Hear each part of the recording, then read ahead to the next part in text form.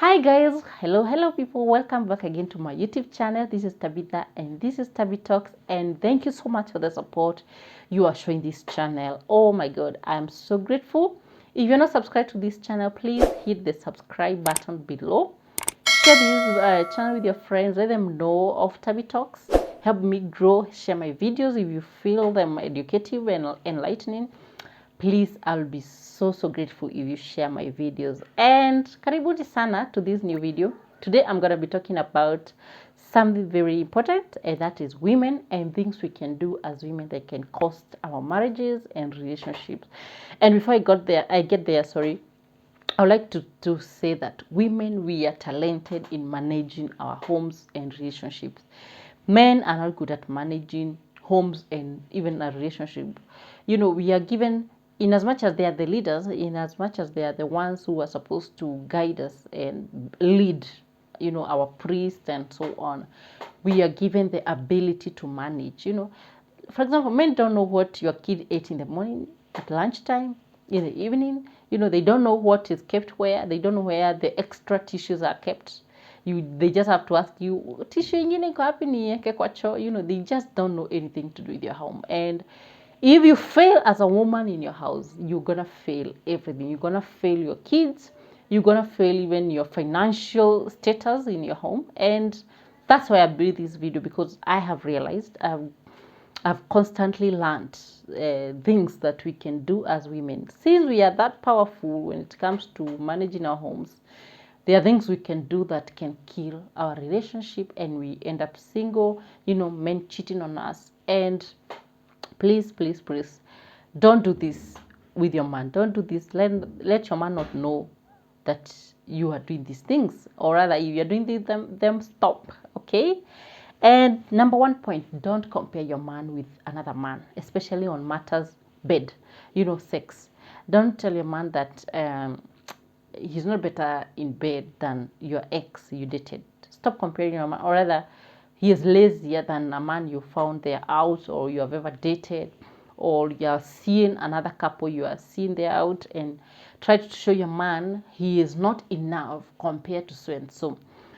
Men have got ego that is always fighting to be protected. If you affect it, if you make them feel that hata akitembea huko akona a woman in the house who is not feeling that he is enough, that man might cheat on you, or rather he might leave you. And they are very good at leaving you, by the way. Hawata kuambia kwa mdomo, you know, sisi tuko zile za I can walk out of a relationship and tell the man, I don't want you, I don't want to ever see you. But men are not talented on that, not unless you ni mwanamume yule hana guts, you know, because that man will never ever tell you to walk out, but vitu atakufanyia mwenyewe tu utatoka, especially when you make them feel not confident when they go there out, because wanajua come back to that house, it's comparison. Mbona hautupelekangi out kama akina nani? Why don't you buy clothes from this shop? Because, you know, it's expensive. Sometimes you just want to overspend because you feel like he's not doing like the other guy, you know, or you have in your head, and you make him hear that, you're gonna lose your relationship. So don't compare your man, you know, don't compare your man. Well, you cannot literally avoid comparing, but compare in your head. You know, there's a man you can see there out, or you can hear stories and you say, that's a good man. Maybe he does what your man doesn't do. Sometimes not a serious matter, but you say, maybe agefanya hivyo ingekuwa better, but don't tell him. Just think, wewe fikiria huko kwa mind, but don't shout. Men are like kids. Kuna kitu atasikia na ataboeka na ataibeba forever and ever about you. And so maybe he'll always feel insecure because they feel like, maybe he feels like you're gonna go there and get that kind of a man. So stop comparing your men, okay? Number 2, stop wasting money. You women, as women, we know how to waste money. As I said before, we are talented in managing our homes, including finances. Men are so good at looking for money, you know, and hustling and kujiangusha huko nje akitafuta pesa so that you guys can live well. Well, I know hata si tunafanya job, but basically there is a way we feel good when a man has money. Everyone feels good. Whether you have money or not, it will always feel good when your man also have money. And once you have money in your family, once you have income as a family, that is both you and your hubby, stop wasting money on unnecessary things, buying unnecessary clothing, buying sending your money to anyone who feels like. In other words, I'm saying, don't waste money in your family. Try to save money. Try to be a good manager. Try to manage what little you have. Try to manage how much you have, how much in terms of pesa mingi, because men feel bad. I may work hard, I may bring money to the table, or rather you're working hard, but you are wasting money on unnecessary things, unnecessary shopping, unnecessary impulse buying, or so on. Don't waste your money. That thing puts men off. I can tell you, I'm married and I know wasting money puts men off, or rather having an emergency kind of bills that are not necessary. Stop wasting your money, guys. I mean, my ladies, stop wasting money in your family, because we have that talent to manage, we have that talent to build, and we have that talent to demolish our families. And money issues, we also have that power, whether to grow our families or to drag ourselves behind. So whatever you guys bring on the table, sit down, think about it, manage it well, and it's gonna be successful. And think out of the box. Usikae tu umelalia masikio. If you have extra income, try to come up with ideas that you can share with your husband, and they can bring more income in your family. So stop wasting money. And the other point is, stop discussing your man with your relatives, especially on negative things. Maybe he's not as good in bed as you ever thought. I'm not talking of my hubby. But if there are things, sensitive things that you realize your hubby has some weaknesses that you realize that are affecting you as a person, because we are not brought up the same. We have different beliefs, we have different backgrounds and cultural differences, and sometimes there are challenges that we find ourselves experiencing, and the differences we experience that can make you now go to an extra mile of discussing it with your relatives. Please stop. Don't talk about your sensitive issues, or rather what you're going through, especially if it's something serious, with your relatives, because unamwanika. How will he face his in-laws now mukienda kwenu akisikia, na by the way tulisikia wewe hauko ABC, tulisikia hauko 1 2 3, things that are affecting you. Stop oversharing them. It's better you look for someone very neutral, person who don't know you, maybe a counselor there out, mwenye hana attachment na wewe. Just don't share your secrets, your problems with people, especially things that are affecting your relationship, and especially with your relatives, because you'll make this man feel insecure. Even when he comes to your family gatherings, anajua umepatiana siri zake zote kwa uncles na your mom, your dad, your brothers, your siblings. In fact, you should always talk positive about your hubby to your relatives. Never ever talk shit about your hubby. Never ever talk shit about your husband or your lover to your relatives, because your relatives will carry this man as a shit. Always. He is shit, and shit. So hata akwe billionaire, he is still shit, because that's what you told them. But once you carry him with respect to your family members, you talk positive things about him to your family members, definitely what respect that. So don't discuss your man, especially the weaknesses, with your relatives. Other thing is, stop belittling your man. It's related to kind of ile ya comparing your man, but now belittling your man in terms of you don't believe in him, you're always making him feel a weakling. Well, you're always talking funny things about him, or unamwambia like, wewe na wewe kwani huwezi fanya hivi, mbona unakuwa mjinga hivi, like mbona hufanyi kama wanaume wengine vile wanafanya. stop belittling your man. Stop making him feel like he is not a man. Because as I said, men protect their ego. And once they feel it's been attacked, they always feel insecure and they always run for a safer place to hide. And sorry, to hide, not to hide. Ooh. So make sure you are not belittling your man. In fact, you should always empower him. When you wake up, just tell him, by the way, you are the most amazing man I've ever seen.